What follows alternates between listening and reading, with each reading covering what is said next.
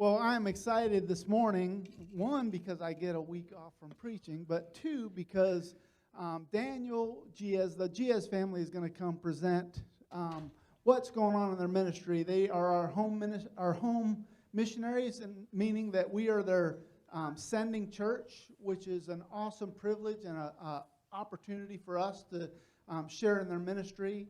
And but they have gone through some really difficult times, and they've come back, and they want to share with us what's happened in their ministry, what's going on now, what the plan is forward. But more important than that, after they present their ministry, Daniel, what we do is on Fridays or Thursdays, we have whoever's preaching. I have the staff come in, and then they evaluate what I'm preaching, and we kind of check through it, make sure there's nothing. And I mess up all the time anyway, but they make sure that what we're saying is correct, that what we're saying is good. And Daniel came this week and presented something that is not a very popular topic, but it was so good, and I'm so excited for you to hear it because it's really what we need to hear. And so I want to ask Daniel and Stephanie if you guys will come this morning, and they are going to present from their ministry what's been going on. And then Daniel is going to share from his heart what God's been doing in their lives. And so we're excited to have them.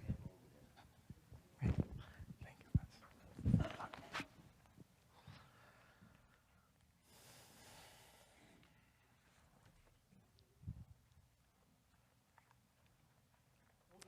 We'll dismiss the children after they present their ministry, and then they'll go back. Okay. Good morning.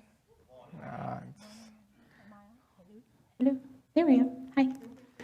Morning. I forgot how bright it is up here. Ooh, it's loud. Okay, let's get some things out of the way. Well, most of you know us, but I'm Brazilian, so if I speak funny, it's my accent. I know it might be distracting too, but I did chip my tooth. So try not to focus on that. Jennifer's on vacation. So It's going to get fixed. But we are members of Seven Lakes Baptist Church, and we were sent by the church to West Africa.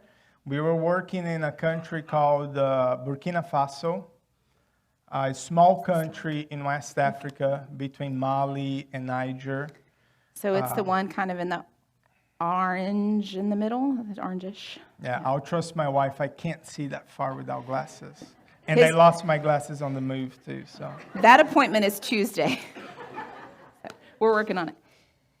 Yeah.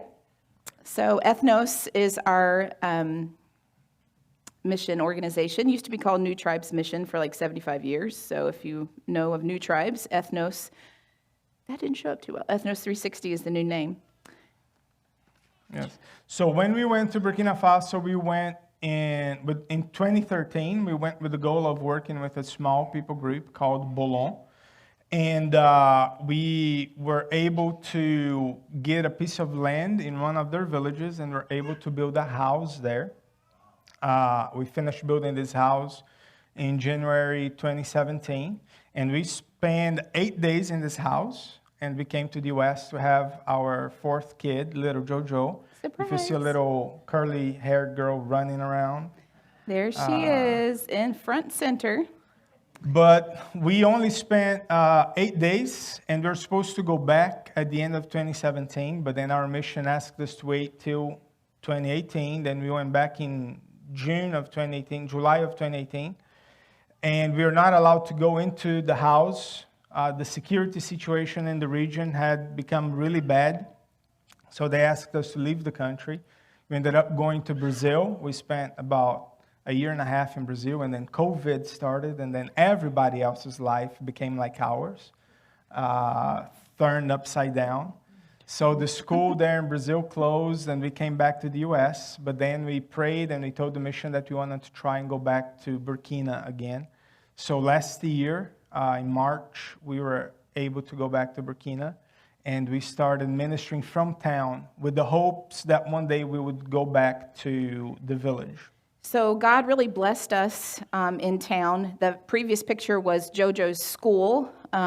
We did not know if we were going to have finances to send her to the only school in a town of about 400,000 people that we felt comfortable, where she wasn't going to get smacked, and where they had actual seats on holes for toilets.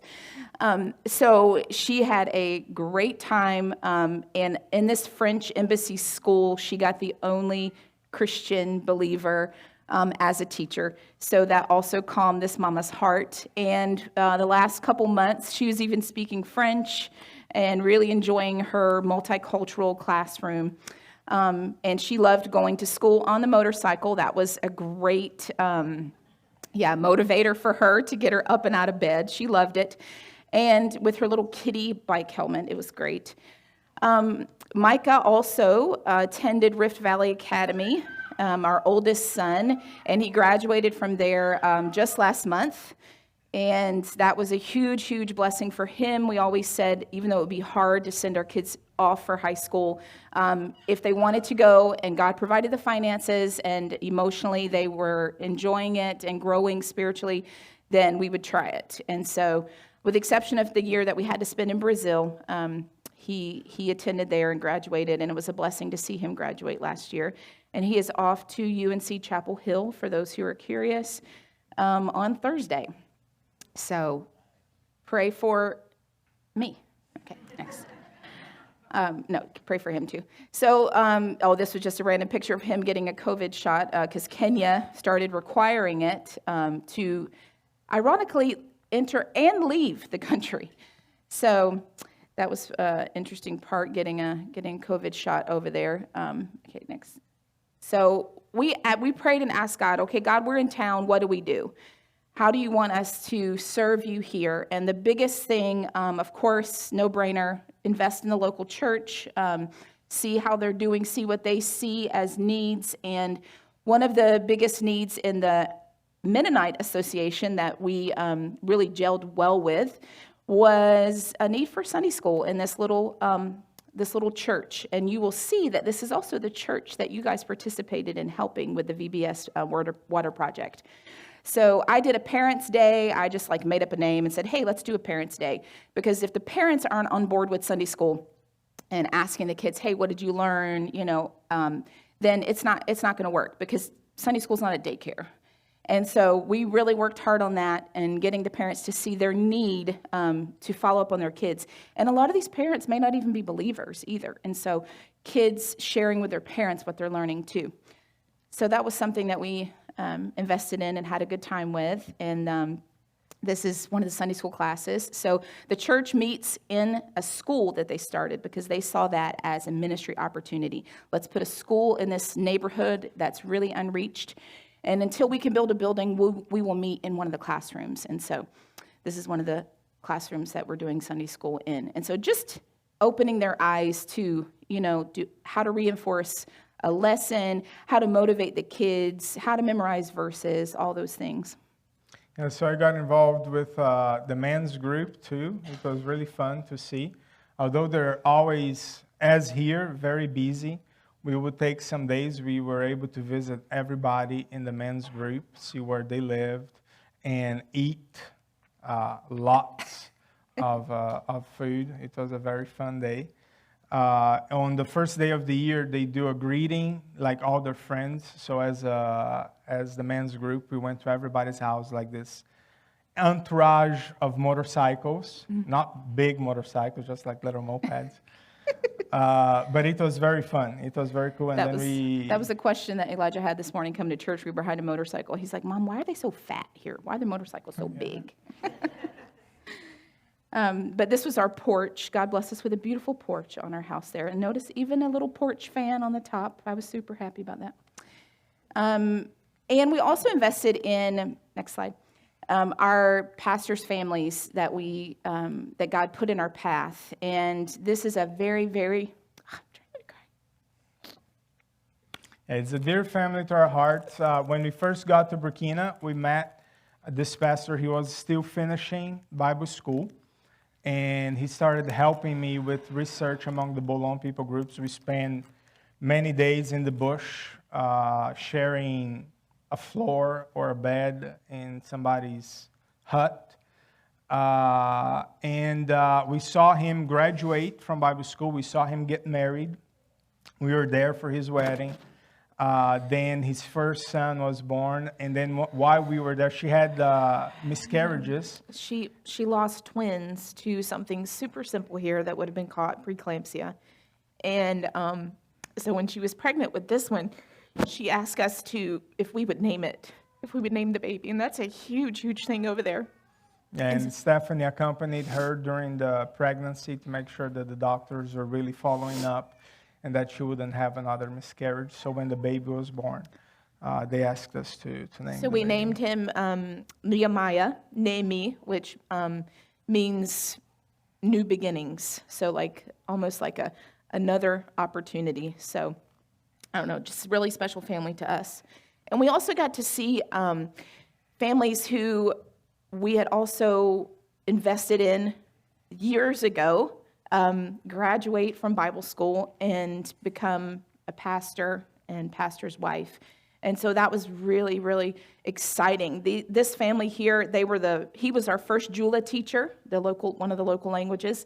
And we took them to the village with us. We were hoping to be able to minister together until Jesus returns.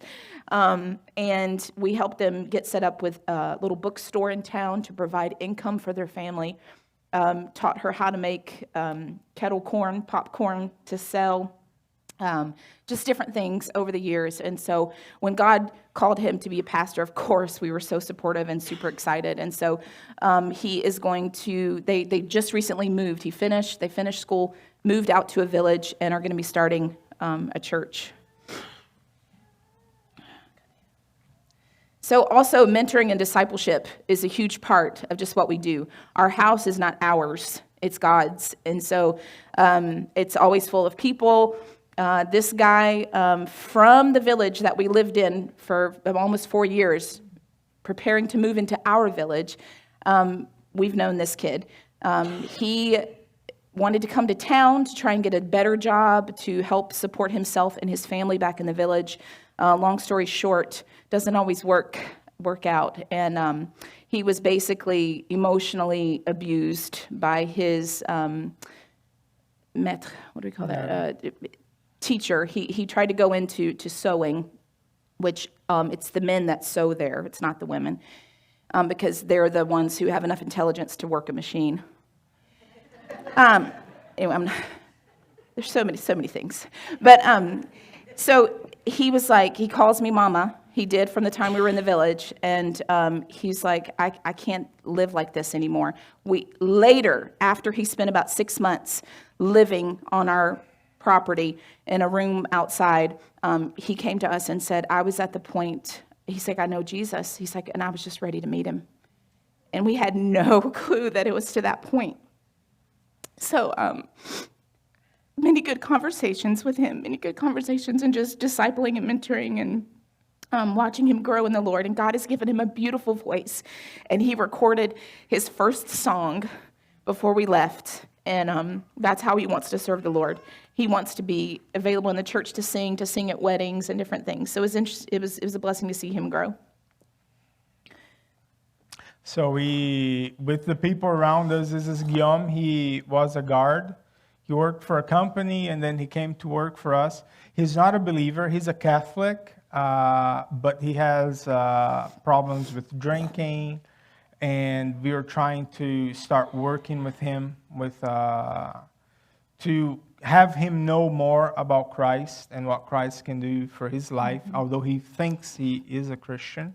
He's only a nominal Christian. So be praying for him. He's going to be working for another missionary family who took our house, that they would be able to continue the relationship with him. We helped him get his driver's license. It took 5 times. So if you failed your driver's license the first time, don't feel bad. Yeah, and unfortunately, the first 2 times, he actually got really drunk. And I told him, no, don't come to work if you're drunk. I don't want you around in the house around our kids. And finally, the last 3 times, he actually called me and said, I'm not drinking. I know I'm very disappointed, but I'm going to trust and work hard. The next time I'll do it. And many times they don't get failed because they have done anything wrong. Yeah. but it's just because then they have to pay the fee to do If they it found again. out that it was foreigners helping him, that for all we know, that's why he failed. Yeah. Because they're going to get money again. But anyway, just continuing like hospitality, just opening up our homes. This was the first time she ever had pizza. She did not like it. Can you It was tell? Not Like there was literal gagging, had this been a video. It's funny because I've seen it so many times now, I wasn't even offended this time. It was more of like actually funny. But the parents loved it. They loved pizza. But this is a family in our church, and so she's close to JoJo's age. So it was fun to have them and other people as well.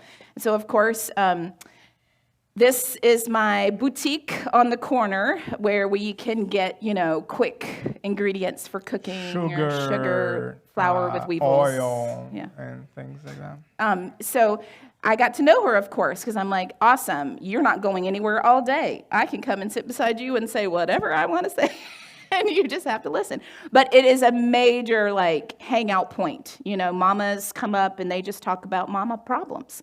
Grandmas come up and they just give wisdom, whether you want to hear it or not.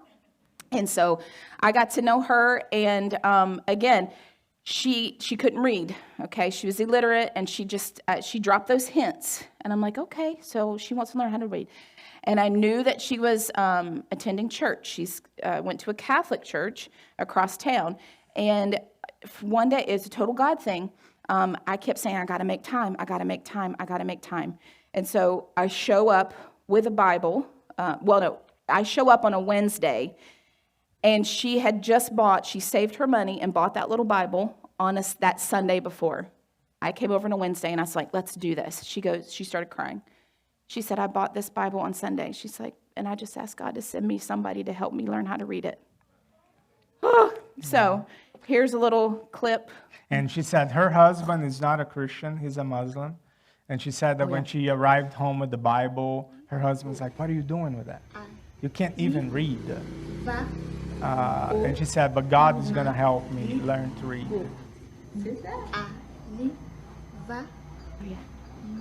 Oh, that's still. Ri, go. A, li, va. O. A, li, va. O, ma, ri, go. I said, you better smile, because she finished that sentence. And so, her husband basically made fun of her the whole entire time that she was doing it. So I can't wait. And she said, I can't wait until the day that he knows Jesus like I do. And I'm going to be able to read the verses to him, and he's going to come to me and ask for me to read them to him. I said, amen. So we also invested in students. Again, just a constant bombardment of needs. And so those of you that follow our ministry page, sometimes I'll put out messages, and I'll be like, hey, I got this student that needs their bill paid, or they're going to get kicked out of school. Does anybody want to help? Or, hey, we have this family who don't have enough money to buy their next bag of corn. And you guys and many others were so faithful to give, shoot some PayPal money out, and we would go take it out of the ATM when the electricity and the internet connection would work. And this is one student that you guys helped pay for her year in nursing school. Abigail. Next one. And then there was Hervé and his brother from Togo. They came over because for some reason their minds Burkina was a better place to study. But the way the universities work is that if you can't get in, there's only so many slots. So you may not be able to get into the university that is in your town or closest to you. And if the family doesn't have money to send you somewhere else to pay a host family to take care of you because there are no dorms, then you're just out of luck.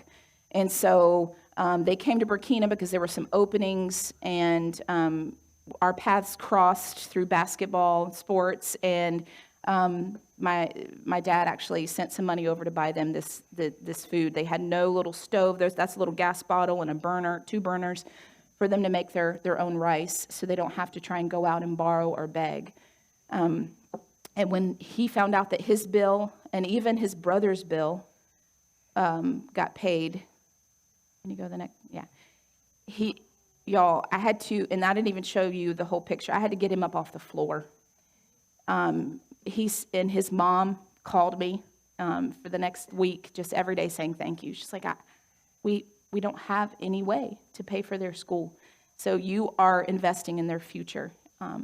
And so he is a believer. And so we're just praying that God continues to use this. When the next trial comes up, where's God's going to answer from somewhere. So.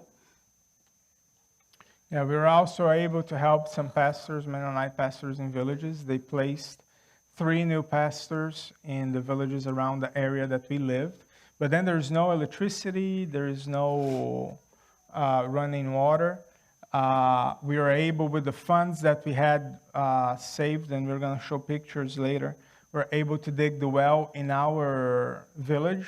And since we're not going to be living there, we didn't want to put a water tower in the village, because then you have to put a solar pump, and that needs to be maintained. So with the money that we would use for a water tower, we actually dug wells in another village. Yes. And that's the house of one of the pastors. We had some money to buy some solar panels, and we installed lights and the little fan for their house and their families. So a huge, huge blessing, because you see them just full covered in heat bumps and stuff, because there's no circulating air in their houses that are shut up, and just they turn into like little ovens. And so just one little fan and one light can make a huge difference. Okay, next. Yeah. Oh, back one. Yeah. So so that was with the church, with leaders in the church, people going out. God also opened up opportunities, looking for opportunities for reaching out to the community, those who we know are lost and may never go into a church. And so through that connection, through the French Embassy School, I came across a mom who came up to me one day, and literally, I was praying for opportunities, and she said, my kids are asking me questions about heaven. They're having some dreams. I don't know what to say. I get the impression that you do. Can you come talk to my kids? Of course. So she grew up in a Catholic background setting. And so I was like, Christmas is coming up. What are you doing for Christmas? What are you going to tell your kids about Christmas? She's like, I have no idea. She's like, when I was little, we used to light some candles. I was like, okay, let's do a study on Advent. And so there were 4 times that we got together. And I encouraged the parents to come, because I'm talking to the kids. But, I wanted the parents there too. And some of the moms attended. And so I'm just praying that, God waters those seeds. And also, I got the opportunity to teach a dance class. I'm not a dance instructor. But it was so fun. And so I had kids on Saturdays. And so we did, for like almost the whole year, a dance class. And then the moms got wind of it. And so my second hour, halfway through the year, was with the moms, and just an opportunity to rub shoulders, and then that gave me an opportunity to teach English in the school for a little period. And through that, the teacher, when we were leaving, she said, never heard any spiritual word come out of her mouth, never mention of anything, but I was always trying to share. And when we were leaving, she goes, your life and your commitment to the things of God has had a profound impact on me. So I'm just praying for her that, those seeds will continue to get watered. And because of your faithful giving, those opportunities came about that we were able to take advantage of it.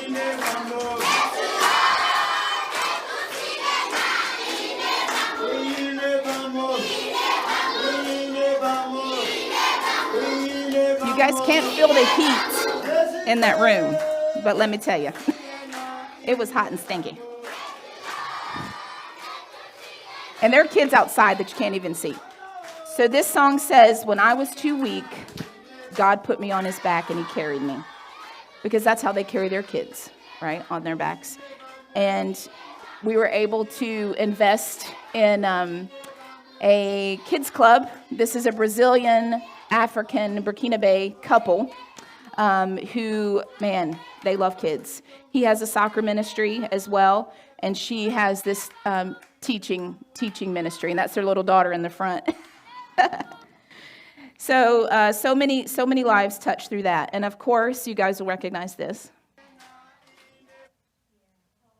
Yeah. I just love this picture. I'm like, oh, y'all are just too cute. You know, they carry everything on their heads from a young age. They learn how to do it. So they put those boxes on their heads as soon as they were given those boxes. So opportunities like that, you know, when they're in a church that we're connected with, we always participate in those. And of course, you know, wherever I go, I'm going to be involved in sports. Becky. So, yeah, when I left, they were up to almost 80 people, guys and girls, and super fun. And as they know, you know, I'm in their WhatsApp group. They're always messaging me and asking how we're doing. And I was actually awarded from the mayor of mayors. I don't know how you say it here. There's 7 mayors in that huge area. Came out and they gave me a plaque for investing in the town and in sports. And so I was just really shocked and amazed by that. At first I was like, oh, how is this going to fit in my luggage? But then I was like, wow, this is pretty awesome. And Grace Christian up the road also invested. Oh, we're missing a picture. Go back one.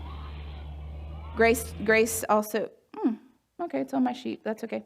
Also invested in the basketball team, and they even made jerseys and put Grace Chapel on it.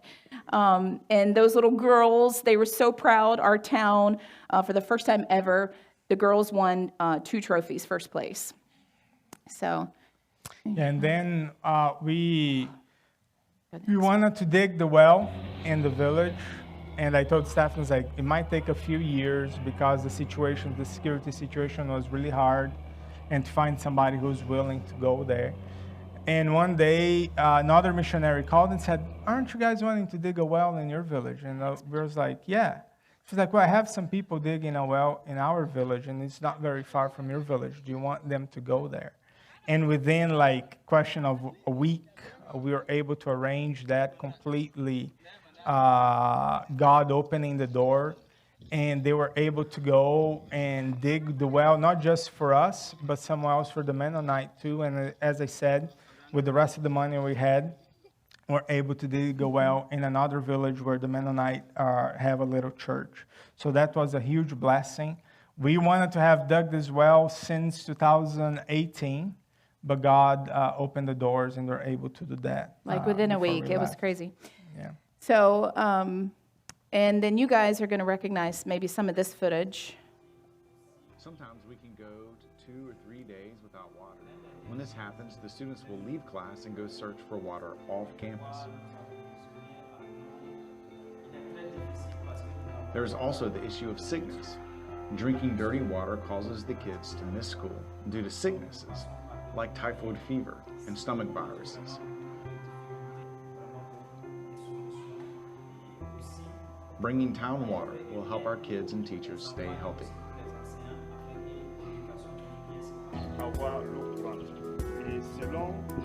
Here we are in front of the main entrance to the church and school.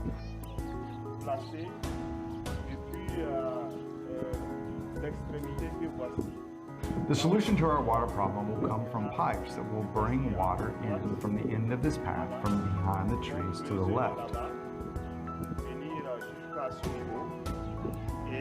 We'll bring it all the way here in front of us and then into the courtyard.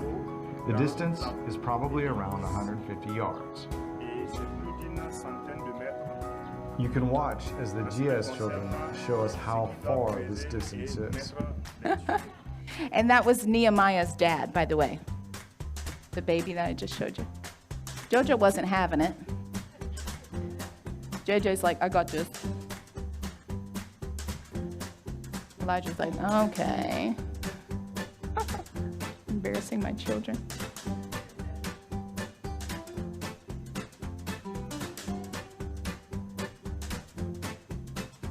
But then, she just wanted to steal the show, as usual.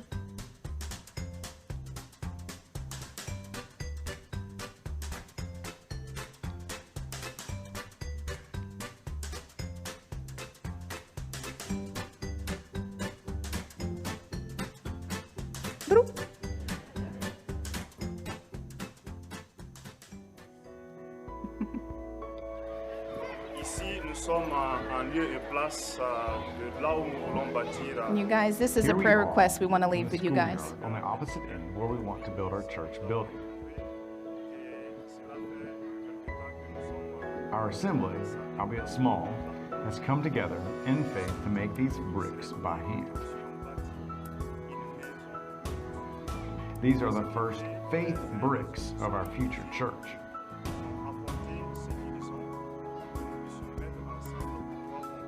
As you can see behind me, there is a mosque that has popped up out of nowhere. They did not have permission to build, but they started and are quickly moving along with their construction. Their call to prayer can be heard all over the neighborhood. We can imagine the noisy loudspeaker bothering us during our school days and church services. We long for the day when we will see our church building beside this mosque.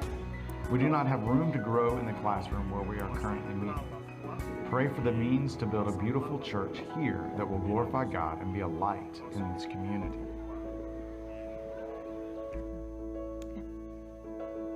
So he sent us a picture just last week Thank you for lending a hand. where they have, they've started construction. And so little by little, as they get funds, they'll start building that church. So be in prayer for that. And if you guys want to help in any way, just let us know. But it wasn't all work and no play. Okay, get the picture, JJ. Don't let it grab it. Ah! JJ, watch out. Yeah, Lord, I was constantly like, are you seeing that one? Are you seeing that one? Are you seeing that one? Because they were everywhere. We got to visit the sacred crocodiles. That's a story for later. If you're interested, go ahead to the next one. Oh, you skipped the... No, that's fine. Okay, anyway, that's how I felt after that day. But one interesting thing that, I don't know if it's going to come up. Yes, we got lice for the first time in almost 15 years of Africa. And they say it's the white people from the French school that bring it in, which is probably true. Y'all, we had it for 3 weeks. We couldn't get rid of it. And of course, what do homeschool families do? We look at it under a microscope. Why not? That's a little, nit there. Okay, and this is how I felt after that 3 weeks. Yeah. So we also had some visitors, which was really awesome. My grandma made her 4th trip to see us. Daniel's parents also, was it maybe 3rd? I'm not sure. Got to come visit. They stayed way longer than we had planned because of COVID and testing positive for COVID forever. So this is how I felt after all of our visitors, finally. No, JoJo sleeps like a crazy person. So anyway, so that's just a little bit of our life. We wanted to show you how you guys blessed us, how you invested in us, and how we were able then to pour that out to other people. So. But throughout the year that we're there, we realized that we would not be able to go back to the village, not anytime soon. And when we say that, we're talking about like probably decades. The situation in the country was not getting better. It was actually getting worse. They had a coup d'etat at the beginning of the year that deposed the president and saying that they were going to take care of the situation. But that only brought more instability to the country. The French and the Malians started having problems too, and the Malians asked the French to leave. Even though it's not our country, it did affect our country and the entire region. And the situation is only getting worse and worse. We weren't able to visit the village anymore. And now even the traveling between our town and the capital, the French won't allow their citizens to take the road anymore. They have to fly because they're having way too many side road robberies, and a lot of that caused by terrorists. And they're starting to attack the villages on the road too. So throughout the year, God spoke more to my wife than to me. I'm a little bit slow on that. And she was realizing that it was taking a big toll on our family. And also, even though we were involved in the church and other ministries, the ministry that we really had in our heart to do was not going to be accomplished. So we prayed. It was a very difficult time. where we had to come to an agreement. And after a lengthy time of prayer, we realized that it would be best for our family to leave Burkina and return to the United States. So we were able to talk to Pastor Chris and ask for his guidance. And we informed our mission, and then we made the decision to leave Burkina for the time being. And I think there were several confirmations along that path, that just confirmed in different ways for both of us that this was a decision we needed to make. And we totally appreciate your prayers during that time for those of you who were aware of what a hard decision it was. And there were about 2 months there that, it was kind of like a little bit of a stalemate. Daniel not really wanting to leave, but really not having clear path forward with ministry either. And then me as a mom saying, our kids are having some dreams. And yes, JJ, you didn't want to leave either. I know. So all that to say that it just was not an easy decision. And while we feel that God's not finished with us on the mission field, we know that this is where we're supposed to be right now. And it wasn't a coincidence that you guys became our home church. Almost 2 years now. That was no coincidence. So God knew that we would need this support system when we came back, and so just be praying for us in that vein. I know we took too long with this, but I'm going to be teaching at sixth grade over at New Covenant School, Fellowship Christian Academy. So God has opened the door for financially in that way for us. And Daniel recently has decided to continue with the mission in a different kind of vein, which he can talk about. But. Yes. When we first came out, we didn't know what we were going to do. I won't lie, I was a bit hurt with the whole situation, even though I understood that this is what God wanted for us. I couldn't think of anything else to do because that's what was always in our heart. But the mission offered us a position as a mobilizer, a person who talks about mission to other to churches in the region, to try to raise awareness of missionary needs, and also to get young people to see missionary work as a possibility for the future. And not so young people either. We have several missionaries that have started their ministry later in life. And they said that they didn't have anybody for North Carolina, so we accepted that position for the time being. And we'll be around here for a while, working with the churches in the region and talking about mission as a future for those who God is calling. So, it's 11, and we took, I tell Stephen, we talk too much, so it's always complicated. Can you summarize? Yeah, but I'll try to summarize the teaching that I had under the Bible. I was like, wait a minute, it was here. But just to summarize the teaching for this morning, and what we talked here goes well with that. It's what God had been teaching me throughout this time of ups and downs. And I won't lie, much more downs than ups. I left my parents' house when I was 17 with the goal of becoming a missionary and seeing a people group come to know Christ as their Savior. And I geared my life towards that. I'm 43 now, and I'm as close to that goal as I was when I was 17 years old. Even though I got a lot of learning experience, I got to see God working in many different ways, the goal that I had from the very beginning is still to be accomplished. So it's hard to lose. We don't like that, especially in American culture. Cultures have different themes, but when I came to the United States, I was amazed how the theme in the American culture is like to win. You're always fighting to be a winner. Nobody wants to be a loser.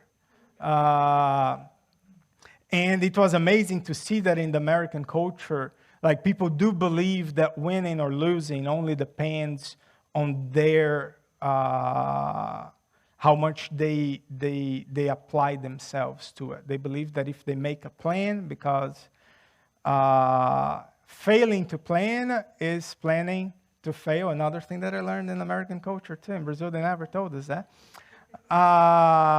If you make a plan, if you apply yourself to that plan, if you practice that plan, you can win. You can be a winner. And that has very good results, especially in sports. We see that during the Olympic Games.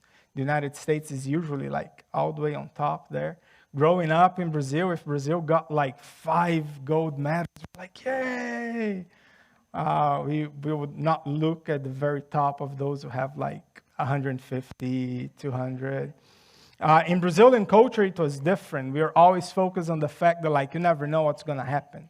So you can prepare, you can do all that you can, but you never know for sure if you're going to win or not, because winning is not really up to you. There are other forces that control, be it luck, be it God, be it spirits or whatever. People are always not sure if they're going to win or not. But we know that it is important to prepare. But we also know that suffering and disappointment is part of life.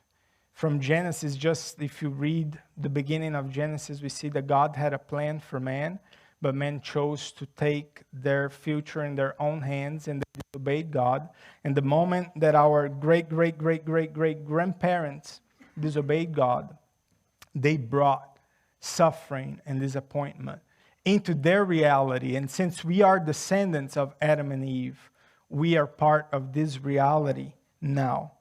But we can't discount God's power of changing things, His redeeming power. That's something that I always focus on. He has a power to use even hardship and suffering to His glory and to our benefit.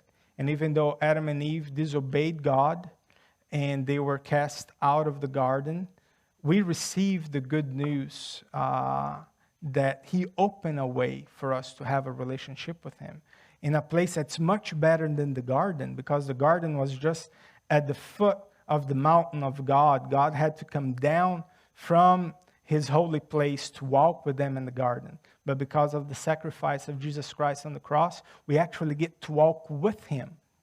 He's in us. And one day we're going to live in the holy mountain with Him. But He did not sugarcoat the situation that until Christ comes back, suffering and disappointment will be a part of our reality. And Peter, writing to our brothers and sisters, if you go to his first letter, 1 Peter chapter 4, 1 Peter chapter 4, from verse 12 to verse 19. 1 Peter 4, 12 to 19. We're just going to go through the verses here. Dear friends, do not be astonished that a trial by fire is occurring among you, as though something strange were happening to you.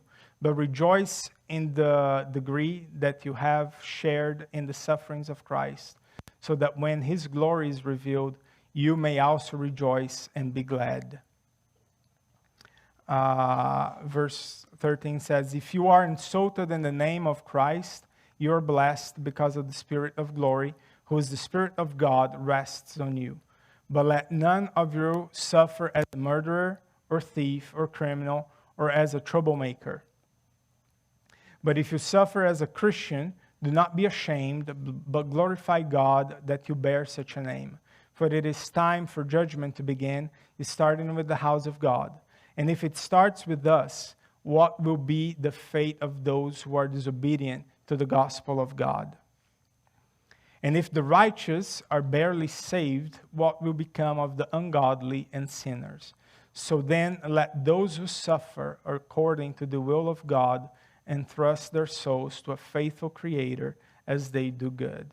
So Peter's writing to people who a lot of them probably had been in Jerusalem when the church started, and they saw the results of the Holy Spirit coming upon the disciples and saw them speaking in their own language and then other people hearing in their language, something that would be amazing for us missionaries. We wouldn't have spent so much time trying to learn a language. But they saw the wonders and the power of God working through the disciples. But right after that high of seeing all that power and all that glory that God was sharing with the believers, they were persecuted and they were spread throughout Samaria and Judea and even other places in the Roman Empire. And they went from a very high to very low, being persecuted first by the Jewish teachers, and because most believers were Jews or they were Gentiles that were following Judaism first, and because they believed that Christ was the promised one, they were persecuted by the other Jewish leaders that did not believe that Jesus was the Messiah. And then they were also persecuted by the Romans because the Romans had conflated their religion system with their citizenship, their nationality. So to be a good Roman, you had to be an idol worshiper. And they could even understand the Jews and other people groups that they had taken over not being idol worshippers, but now there was this new group that was neither worshiping any idols, neither following what the Jews were following because the Jews didn't like them. So the enemy of your enemy is just a worse enemy for them. And they persecuted the Christians even more. So the Christians at that time, they were not the top of the crop in the Roman Empire. They were the poor of the poor. A lot of them were slaves. A lot of them were just like workers that lived day to day. So they knew suffering. They knew that they were persecuted. They knew that they had less rights for being believers. So they knew suffering was part of their life. And Peter was reminding them that this is normal in our lives. We will face suffering. So, and he said, we might face suffering because we are believers, or we might face suffering because we did something wrong, as he said there, if you are a murderer or a criminal, or even just a meddler. But at the end, on the last verse, if we go to verse 19, he says very clearly that if you suffer, verse 19, so let those who suffer according to the will of God entrust their souls to a faithful Creator as they do good. So if we suffer, sometimes we can suffer because we're believers. Sometimes we can suffer because we have done something wrong. As we're talking to the pastor to the pastors in the office on Friday, I was telling them about a doctor a missionary doctor who worked in Burkina for 40 years. He was 79 at the time in 2015. And he was preparing to retire. He wanted to go back to Australia. He's Australian. But because there were no other doctors there in the region he decided to stay there until God provided even another missionary doctor to go work in his place. And one morning he was having breakfast, as usual, with his wife. And terrorism was still something very new in our area, in our country. But terrorists came into his house and took him and his wife. They held his wife for 2 weeks and let her go. And he's still being held since 2015. He's still being held by these terrorists. Other people were kidnapped and were let go. Some people spent 4 years, 5 years, 3 years. But Dr. Ken is still in their hands. And sometimes we might think, somebody who served the Lord for 40 years, we might think like, oh, that's unjust. Why would that happen? But here, Peter says that those who suffer according to the will of God entrust their souls to a faithful Creator as they do good. We might not know why the suffering comes. We might not know if it's really persecution. We might not know if it's because we have done something wrong. And Peter says, we don't even have to worry about that, because whatever happens to us goes through God first. And if He allows that in our lives, we need to trust Him. He says, entrust their souls.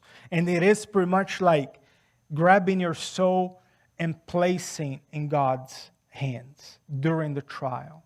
So even if you're going through a very difficult time of hurt and disappointment, Peter is saying, it is hard, but grab your soul and place it in the hands of God, because He's faithful. He's the Creator. He's the one who controls everything. And even if you're going through a very hard time, you know that if your soul is in His hands, there's nothing that can really touch you. You go through pain, you will go through disappointment, but you're going to be safely in His hands. So He does not promise us that everything's going to be well, that we're going to be winners. We're going to lose many times. Nobody likes to lose, but we are going to lose. And when I say that, I know that sometimes we like to make comparisons, like you stub your toe and you scream, and many times some godly brother or sister will come and say, but just think of somebody else who a lion ate his hand. Yeah, it is worse, but seeing somebody else suffering even more does not take away the pain from my pinky here. So suffering is true, and it might be relative, but it does not. Being relative does not affect the pain. Pain is pain, independently of its big or small. So I don't know what kind of suffering you might be going through right now. I don't know what kind of disappointment you might be going through. I don't know by how much you're losing in the game of life. But just entrust your soul to God, because He is a faithful Creator. And He can give us the strength to lose well. Thank you, Pastor.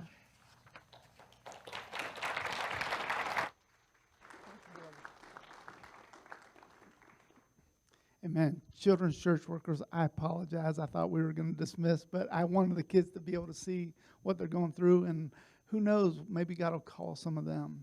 But, it's true that a lot of us, we look at things and we think sometimes if something's going bad, well, God must be against us. And that's just not true, because if you go through the Bible, you see so many times that God is doing things that we don't understand. And I know, I just want you to know how difficult it's been for the GS family going through this, and just going through it with them, trying to help them make these decisions is not an easy thing. And I know that they covet your prayers. But God's not done with them, and we keep reminding them that God's not done with them. God's got a plan that's bigger than theirs, and His thoughts are not our thoughts, and His ways are not our ways. And all the men that did Every Man a Warrior know that verse so well. So then those who suffer according to the will of God should submit themselves to their faithful Creator and continue to do good. And sometimes we just got to put our nose to the grindstone and say, Lord, this is not the situation that I wanted. It's a difficult situation. But God, You're faithful. And God, You're worthy to go through the suffering and go through these difficult times. And God, I don't know what You have in it, but God, You do, and I'll be faithful to You. And so just a moment, I'm going to ask you to bow your heads and close your eyes. We're going to pray. Maybe you just need to come and pray for the Jesus. Maybe you're going through a difficult time. Maybe people don't even understand what you're going through in your life. And that's okay. God does. And the invitation this morning is just this, is the altar's open for you to come and pray. Maybe it's to pray for the Giaz family. Maybe it's to pray for a situation that you're going through, or you know somebody else is going through. And ask God to help me to help them to see how good You are in spite of all the things that happen. Let's stand for prayer. Father, we come before You today.